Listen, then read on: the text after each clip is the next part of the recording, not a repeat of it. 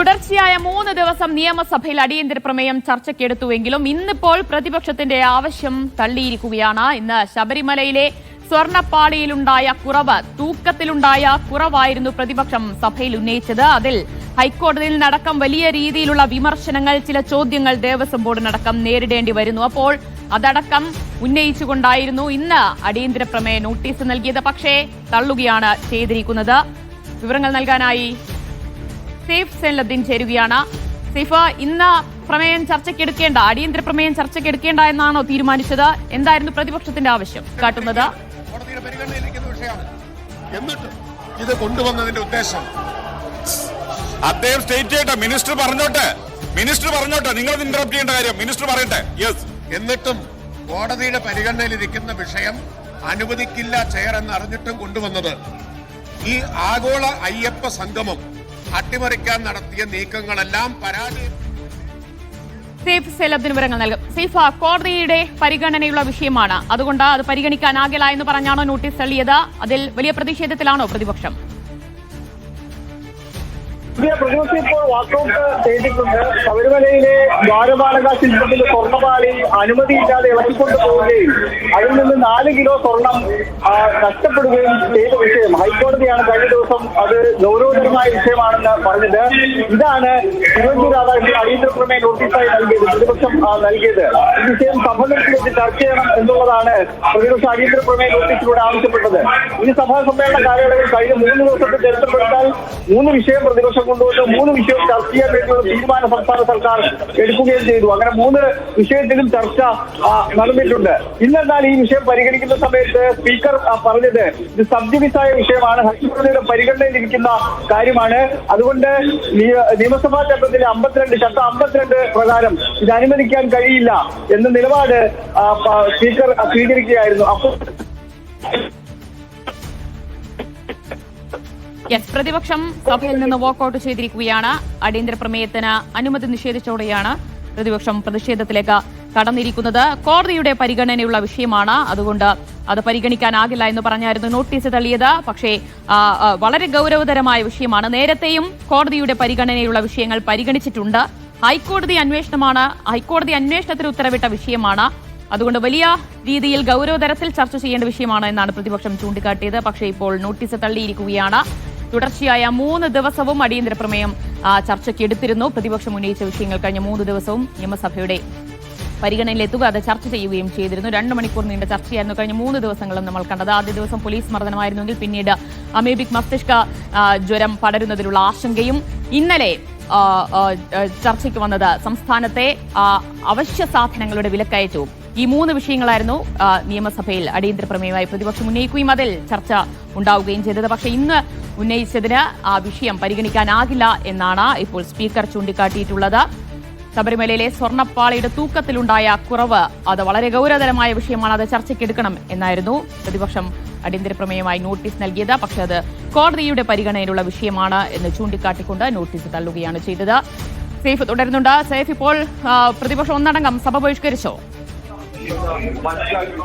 ബഹിഷ്കരിച്ചില്ല, സഭയിൽ നിന്ന് വാക്കൌട്ട് ചെയ്യുകയാണ് ചെയ്തിട്ടുള്ളത്. വാക്കൌട്ട് ചെയ്താൽ സാധാരണഗതിയിൽ കുറച്ച് കഴിയുമ്പോൾ തിരികെ വരേണ്ടതാണ്. വെള്ളിയാഴ്ച ആയതുകൊണ്ട് തന്നെ സ്വകാര്യ ബില്ലുകളുടെ ദിവസമാണ്. 12:30 വരെ മാത്രമേ സഭാ സമ്മേളനം ഉണ്ടാവുകയുള്ളൂ.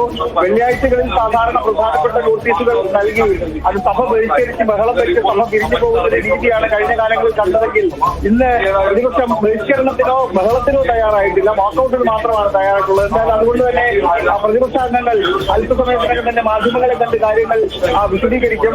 ഇത് ശബരിമല അയ്യപ്പ സംഗമം പൊളിക്കാൻ വേണ്ടിയുള്ള നീക്കം പ്രതിപക്ഷം നേരത്തെ നടത്തിയിരുന്നു. അത് പൊളിഞ്ഞതിന്റെ ജാളിത മറയ്ക്കാൻ വേണ്ടിയാണ് ഇന്നിപ്പോൾ ഈ വിഷയം ഉയർത്തിക്കൊണ്ടുവന്നത്, കോടതിയുടെ പരിഗണനയിലുള്ള വിഷയം ഉയർത്തിക്കൊണ്ടുവന്നത് എന്നുള്ള വാദമാണ് പാർലമെന്ററി കാര്യമന്ത്രി MP രാജേഷ് സർക്കാരിന് വേണ്ടി ഇന്ന് നിയമസഭയിൽ പറഞ്ഞത്. നിയമമന്ത്രി P രാജീവും സമാനമായ നിലപാട് തന്നെയാണ് ഈ വിഷയത്തിൽ സ്വീകരിച്ചിട്ടുള്ളത്. പ്രതിപക്ഷത്തിന്റെ നിലപാട് ഈ വിഷയത്തിൽ അങ്ങനെയല്ല. ഇത് സബ്ജുഡിസാണ് എന്ന് സ്പീക്കർ പറയുമ്പോൾ സബ്ജുഡിസായ പല വിഷയങ്ങളും കേരളത്തിന്റെ നിയമസഭാ ചരിത്രത്തിൽ പല ഘട്ടങ്ങളിൽ ചർച്ച ചെയ്തിട്ടുണ്ട്. ഇപ്പോൾ സോളാറുമായി ബന്ധപ്പെട്ട വിഷയം അത് സബ്ജുഡിസായ സമയത്താണ് കോടതിയുടെ പരിഗണനയിലിരിക്കുന്ന സമയത്താണ് അത് സഭയിൽ ചർച്ച ചെയ്തിട്ടുള്ളത്.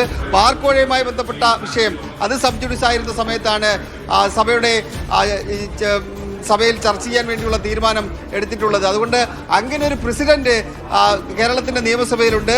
ഇത് പ്രതിപക്ഷത്തിന്റെ അവകാശമാണ്, അത് അംഗീകരിക്കണം എന്നുള്ള ആവശ്യം തുടർച്ചയായി മുന്നോട്ട് വെച്ചിട്ടും അതൊന്നും ഇവിടെ പരിഗണനയിലേക്ക് വരുന്ന കാര്യമല്ല എന്ന നിലപാടാണ് സ്പീക്കർ എൻ ഷംസീർ സ്വീകരിച്ചത്. ഒരു കാരണവശാലും എടുക്കാൻ കഴിയില്ല എന്ന നിലപാട് സ്വീകരിച്ച പശ്ചാത്തലത്തിലാണ് പ്രതിപക്ഷം കഴിഞ്ഞ 3 ദിവസം നമ്മൾ കണ്ടത് പ്രതിപക്ഷത്തിന്റെ ആവശ്യം പരിഗണിക്കുന്നതായിരുന്നു, അടിയന്തര പ്രമേയം ചർച്ചയ്ക്കെടുക്കുന്നതായിരുന്നു. നാളെ ഇപ്പോൾ ആഗോള അയ്യപ്പ സംഗമം പമ്പയിൽ നടക്കാൻ പോവുകയാണ്. അപ്പോൾ ഇപ്പോൾ ഉന്നയിക്കപ്പെട്ടുള്ള ആവശ്യത്തിന് പിന്നിലെ രാഷ്ട്രീയ ലക്ഷ്യം കൂടി നോക്കിക്കണ്ടിട്ടാണോ ഇപ്പോൾ നോട്ടീസ് തള്ളിയത്? അതെ, തീർച്ചയായിട്ടും അങ്ങനെ കൂടി കണക്കാക്കേണ്ടിയിരിക്കുന്നു. കാരണം ശബരിമലയുമായി ബന്ധപ്പെട്ട് സംസ്ഥാന സർക്കാർ ലക്ഷ്യം വെക്കുന്ന ചില കാര്യങ്ങളുണ്ട്. അതാണ് ആഗോള അയ്യപ്പ സംഗമം കൊണ്ട് സംസ്ഥാന സർക്കാർ ഉദ്ദേശിക്കുന്നത്. ശബരിമലയുടെ വികസനം, അതുമായി ബന്ധപ്പെട്ട കാര്യങ്ങൾ, അതുപോലെ തന്നെ ശബരിമല സ്ത്രീ പ്രവേശനവുമായി ബന്ധപ്പെട്ടുണ്ടായ ഡാമേജ് മറികടക്കുക തുടങ്ങിയ വിഷയങ്ങളെല്ലാമാണ് ആഗോള അയ്യപ്പ സംഗമം കൊണ്ട് സംസ്ഥാന സർക്കാർ ഉദ്ദേശിക്കുന്നത്. അതിന് ഇടയിലേക്ക് അത് നടക്കുന്നതിന് തലേ ദിവസം ശബരിമലയിലെ സ്വർണ്ണപ്പാളി നഷ്ടപ്പെട്ടതുമായി ബന്ധപ്പെട്ട ഹൈക്കോടതി പരാമർശം നിയമസഭയിൽ ഏതെങ്കിലും തരത്തിൽ ചർച്ച ചെയ്യുകയാണെന്നുണ്ടെങ്കിൽ നാളെ നടക്കുന്ന ആ പരിപാടിയുടെ ശോഭ കെടുത്തും എന്ന കൃത്യമായ രാഷ്ട്രീയ ബോധ്യം CPM-ന് ഉണ്ട്, അല്ലെങ്കിൽ സംസ്ഥാന സർക്കാരിനുണ്ട്. അതുകൊണ്ട് കൂടിയാണ് ഈ പരിപാടി അല്ലെങ്കിൽ ഈ നോട്ടീസ് പരിഗണിക്കേണ്ടതില്ല എന്ന നിലപാടിലേക്ക് സംസ്ഥാന സർക്കാർ എത്തിച്ചേരുകയും അത് സബ് ജുഡീസ് ആണ് എന്ന് പറഞ്ഞുകൊണ്ട് അതിനെ തള്ളിക്കളയുകയും ചെയ്തിരിക്കുന്നത്. ദിവ്യ, എന്തുകൊണ്ടാണ് പ്രതിപക്ഷം ഈ വിഷയം ഇന്ന് തന്നെ സഭയിൽ ഉന്നയിക്കാമെന്ന് തീരുമാനിച്ചത്? അറിയാം, നാളെ ആഗോള അയ്യപ്പ സംഗമമാണ്. അതുമല്ലാതെ ഹൈക്കോടതിയിൽ നടക്കം ചില ചോദ്യങ്ങൾ, വിമർശനങ്ങളൊക്കെ ഉണ്ടായിട്ടുണ്ടല്ലോ. അപ്പോൾ അതുകൂടി ആയുധമാക്കാമെന്നാണോ പ്രതിപക്ഷം കരുതിയത്? ഇന്നലെ രാത്രി 10 മണിവരെ ഏത് വിഷയമാണ് സഭയിലേക്ക് ഉയർത്തിക്കൊണ്ടുവരേണ്ടത് എന്ന കാര്യത്തിൽ പ്രതിപക്ഷത്തിന്റെ ഭാഗത്ത് ഒരു തീരുമാനമുണ്ടായിരുന്നില്ല. ഏതാണ്ട് ഒരു 10:15 കൂടിയാണ് അതിനകത്തൊരു തീരുമാനം ഉണ്ടാകുന്നത്. കാരണം 3 വിഷയങ്ങൾ അവരുടെ പരിഗണനയിലുണ്ടായിരുന്നു. ഒന്ന് ആഗോള അയ്യപ്പ സംഗമം, ഒന്ന് സ്വർണ്ണപ്പാളി, അതുപോലെ തന്നെ ഇന്നലെ KSUവിന്റെ മാർച്ചുമായി ബന്ധപ്പെട്ടുണ്ടായ പ്രശ്നങ്ങൾ, സംഘർഷം. ഈ 3 വിഷയങ്ങളിൽ ഒരെണ്ണം ഉന്നയിക്കണം എന്നുള്ള അഭിപ്രായമാണ് പ്രതിപക്ഷ നിരയിൽ ഇന്നലെ രാത്രി ഉണ്ടായിരുന്നത്. അപ്പോഴും അവരുടെ മേൽക്കൈ ഉണ്ടായിരുന്നത് സ്വർണ്ണപ്പാളിയുമായി ബന്ധപ്പെട്ട വിഷയങ്ങൾ, അതിനെ അയ്യപ്പ സംഗമവുമായി കണക്ട് ചെയ്തിട്ട് അടിയന്തര പ്രമേയമായി കൊണ്ടുവരാമെന്ന ആലോചന, അതിനാണ് മേൽക്കൈ ഉണ്ടായിരുന്നത്. അങ്ങനെയാണ് രാവിലെ തിരുവഞ്ചൂർ രാധാകൃഷ്ണൻ പ്രതിപക്ഷത്തിൽ നിന്ന് അയ്യപ്പ സംഗമവുമായി ബന്ധപ്പെട്ടും സ്വർണ്ണപ്പാളിയുമായി ബന്ധപ്പെട്ടുള്ള നോട്ടീസ് അടിയന്തര പ്രമേയ നോട്ടീസായിട്ട് നൽകുന്നത്. അതുകൊണ്ട് നാളെ അയ്യപ്പ സംഗമം നടക്കുന്ന പശ്ചാത്തലത്തിൽ പ്രതിപക്ഷം അതിനെ ബഹിഷ്കരിച്ചു എന്ന് പരസ്യമായി ഇതുവരെ പറഞ്ഞിട്ടില്ല. ബഹിഷ്കരിച്ചു എന്ന് പറയുമ്പോൾ ഉണ്ടാകുന്ന രാഷ്ട്രീയ ബുദ്ധിമുട്ടിനെ കുറിച്ച് അറിയാമെന്നുള്ളത് കൊണ്ടായിരിക്കും ബഹിഷ്കരിച്ചു എന്ന നിലപാട് അവർ ഒരു ഘട്ടത്തിലും സ്വീകരിച്ചിട്ടില്ല. ഈ പരിപാടിയുമായി ബന്ധപ്പെട്ട് അവർ പങ്കെടുക്കുന്നു എന്ന് പറഞ്ഞിട്ടില്ല, പങ്കെടുക്കില്ല എന്നും പറഞ്ഞിട്ടില്ല. പക്ഷെ അവർ പങ്കെടുക്കില്ല എന്നുള്ളത് പ്രധാനപ്പെട്ട വസ്തുത. വോട്ട് ബാങ്ക് ലക്ഷ്യം വെച്ചുകൊണ്ടാണ് ഇങ്ങനെ ഒരു നീക്കം സംസ്ഥാന സർക്കാർ നടത്തുന്നത് എന്ന ആരോപണം, രാഷ്ട്രീയ ആരോപണം പ്രതിപക്ഷം നേരത്തെ തന്നെ ഉന്നയിച്ചിട്ടുണ്ട്. അത് ഈ പല ചോദ്യങ്ങൾ പ്രതിപക്ഷ നേതാവ് അടക്കം വാർത്താ സമ്മേളനം വിളിച്ച് സംസ്ഥാന സർക്കാരിനോട്, മുഖ്യമന്ത്രിയോട് ചോദിച്ചിട്ടുണ്ട്. ഈ സത്യവാങ്മൂലം, സ്ത്രീ പ്രവേശനവുമായി ബന്ധപ്പെട്ട് VS അച്യുതാനന്ദൻ സർക്കാരിൻ്റെ കാലത്തൊരു സത്യവാങ്മൂലം നൽകിയിരുന്നു. പിന്നീട് ഉമ്മൻചാണ്ടി സർക്കാരിൻ്റെ കാലത്തേക്ക് വരുന്ന സമയത്ത് പ്രയാർ ഗോപാലകൃഷ്ണൻ ദേവസ്വം ബോർഡ് അധ്യക്ഷനായിരുന്ന സമയത്ത് സ്ത്രീ പ്രവേശനത്തെ അനുകൂലിച്ചുകൊണ്ടുള്ള പഴയ സത്യവാങ്മൂലത്തെ ഞങ്ങൾ പിന്തുണയ്ക്കുന്നില്ല, ഞങ്ങളുടെ നിലപാടിൽ മാറ്റമുണ്ട് എന്ന് അറിയിച്ചിരുന്നു. പിന്നീട് സംസ്ഥാന സർക്കാർ, പിണറായി സർക്കാർ വന്ന സമയത്തും കോടതിയിൽ വാക്കാൽ സ്ത്രീ പ്രവേശനവുമായി ബന്ധപ്പെട്ട അനുകൂല നിലപാട് സ്വീകരിച്ചിരുന്നു. ഈ വിഷയത്തിൽ ആ നിലപാട് മാറ്റാൻ വേണ്ടി സംസ്ഥാന സർക്കാർ തയ്യാറാണോ എന്നുള്ള ചോദ്യം, അത് സംസ്ഥാന സർക്കാരിന് മുന്നിലേക്ക് പ്രതിപക്ഷം വെച്ചിട്ടുള്ളതാണ്.